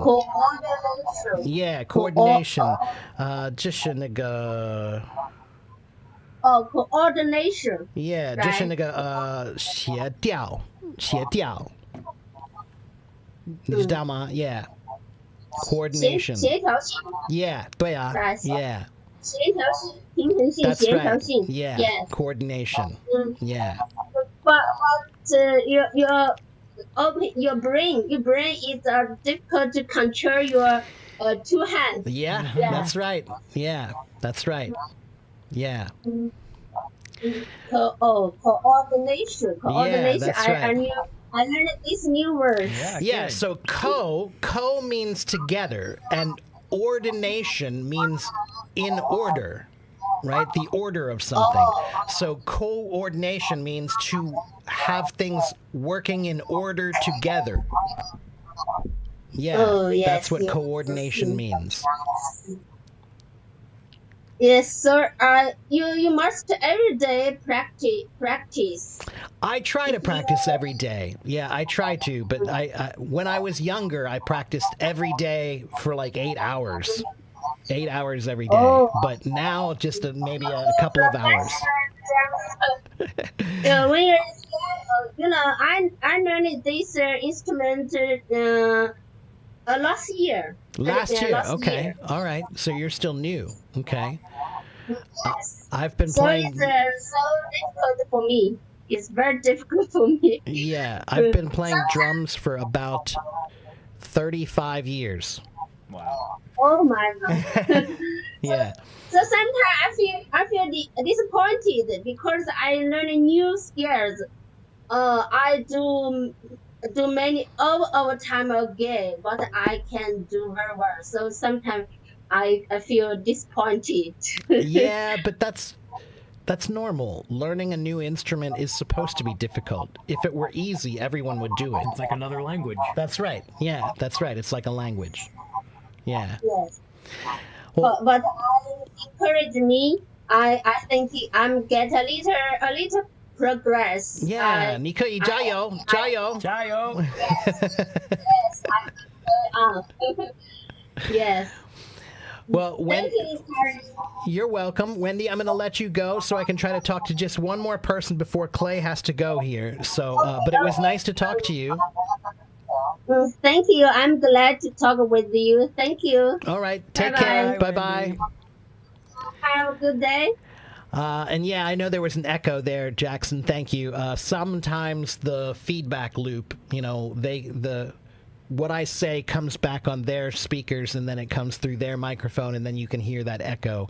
That's nothing I can do much about, unfortunately. I don't know why it's not consistent, though. There are some people who it happens to, and some people it doesn't. Just the environment. It could be. Yeah, I'm not sure. Okay, so we don't have too much time left here, everybody. So do you guys have any more questions you want to ask Clay or myself? I'm sorry if I didn't get a chance to answer your question today. We had so many questions, so we have like 132 people here now. There's a lot of questions. And you see, that's what I'm saying. This is a little different. This one is where I'm just trying to knock them out of the park just constantly, you know. And yes, once again, if you guys didn't know, this is my new co-host, Clay, and Clay is going to be here on Monday and Wednesday. So every Monday and Wednesday, hopefully he'll be here to help me with my live streams, and so you get two hosts for the price of one. Yay! He's from this area as well, and he's also he's an English teacher, and he also is learning Chinese as well. So we have a lot in common. Chanuka, you want to talk to me really quickly? Okay, I can talk to you for just a couple of minutes. Okay, Chanuka.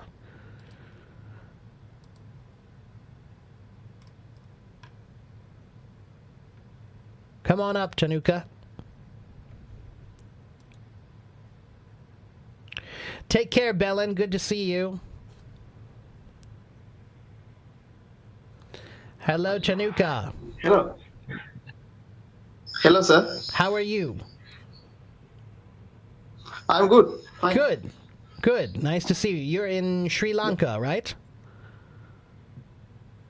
Yeah, I'm from Sri Lanka. Okay. Wonderful. Wonderful. What city are you in Sri Lanka? I live in Matara. Matara. It's main city of Sri Lanka. Okay. All right. Yeah. Okay. And what can I do for you today? How can I help you?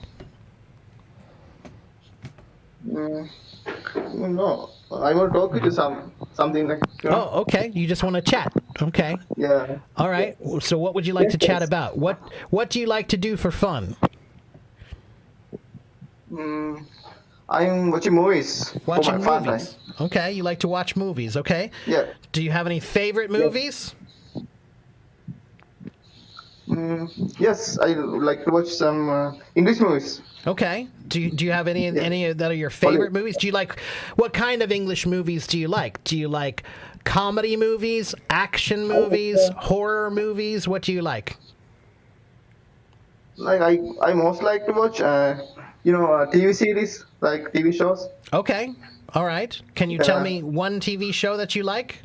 My favorite one is Prison Break, I think so. Prison Break. Oh, okay, yeah. That's a popular one. Yeah, that's a popular one. Yeah. Okay. Prison Break, such a funny one. Yeah. And I think I remember reading an article about how that show was actually banned in certain countries. Oh, really? Yeah. Show people how to get out of jail. Or encouraging them to break out. Yeah. So I think that one's not allowed in China. I think that in China they're not allowed to see Prison Break anymore. Yeah. It's kind of funny how we do that here. Like, let's make a show about people breaking out of prison. Yeah. So, anyway, Kajal, we said Prison Break, Prison, prison, like jail. Yeah, right, sorry. Yeah. Okay, and... It was a popular movie. That was... Can you say that one more time? Yes, it was a popular one. Yeah. It's a popular one, yeah, that's right. It's popular here. It is popular here, too, yeah. Mm-hmm. Yeah. And I think it came from USA. What else do you like to do for fun? I would like to, I like to read books, and I always research in YouTube, using YouTube. Yeah. Okay. You like to watch YouTube? Okay. All right. That's good. Okay. YouTube has a lot of it has a lot of fun stuff to watch. But, YouTube, I think you have to be careful how much time you spend on YouTube because there's a lot of stuff that's good and valuable and you can learn a lot, but there's also a lot of garbage. and you have to remember, if you spend all your time watching garbage, we have a saying in English. We say garbage in, garbage out. I'm still a student. Yeah. You are what you I'm eat. still a student. That's right. Kind of thing. Yeah. Okay, well, that's good. Then if you're watching things that are for learning, then that's good. Yeah. Yes. I'm using it for learning and funny activities to watch something comedy videos. Okay. All right. And yeah. Okay, good. All right. And well, your English is pretty good, Chanuka. Yeah. Your English is pretty good. So keep up with your English work. And I learned. I used to work with this app like 6 months, but I missed it like 2 months because my phone had not storage. Ah, okay. Well, if you haven't followed my YouTube channel yet, since you're on YouTube, make sure you follow my YouTube. I just put it there in the chat there. And I have many, many videos on YouTube. For example, right now, the live stream I'm doing right now is on YouTube right now. And so after I'm done here, it will be uploaded to YouTube. So you can watch these videos over and over, and you can hear all my questions all our questions that we're answering. So, make sure you follow my YouTube, guys. And also, my website is right here, too. If you guys want private lessons with me, you can go to my website, and you can find out information about private lessons with me there. Okay? So, Chanuka, we need to go because it's just about time for me to wrap up my stream. But thank you for coming on my stage and talking with me today. And make sure you come back and see me again sometime, okay? Yes, thank you, sir. All right. Bye, Chanuka. Take care, my friend. I'll see you next time. All right. Once again, everybody, once again, here's my YouTube channel, and here is my my website. Copy those and paste those, and you can go sign up. You can also find those on my profile page on HelloTalk. You can go to linktr.ee /AFIEC English.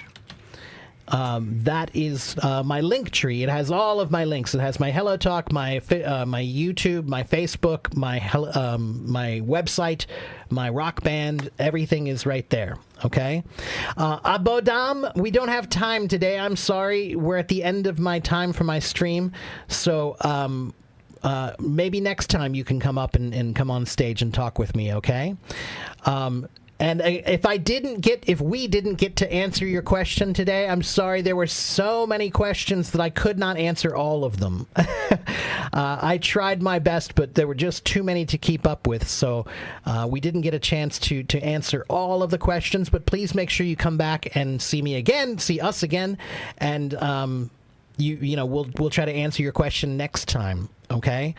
We'll answer one more question here. Brian says, let me know something about non-native speakers, football players. They can speak English fluently in interviews. How do they practice to be good in conversation? Well, I'd imagine they have a private tutor. Yeah, they probably had a private teacher, and they probably studied very hard. That's a perfect example of when I'm teaching young children, I'll tell them, you should learn English, and I'll ask them, what do you like to do for fun? What do you want to do when you grow up? Well, if you want to be a soccer player, if you want to play football, okay, well then English is the language that we use for most of those games on TV. And when they're doing interviews, you need to be able to speak English, and if you can't, that's a problem, right? If you like video games, well, English is the #1 language used around the world when we play video games too. TV and movies. If you like TV and movies, English is going to help you enjoy those movies better, right? So, Brian, I don't think there's any one answer about how all those football players learn English. They all study. They recognize that it's valuable. They know they need to improve it, so they focus on it because they know they need to do interviews, like you said, right? Okay, so, all right, everybody. Well, it's time for us to go, but Clay is going to be here again next Monday and Wednesday, and again.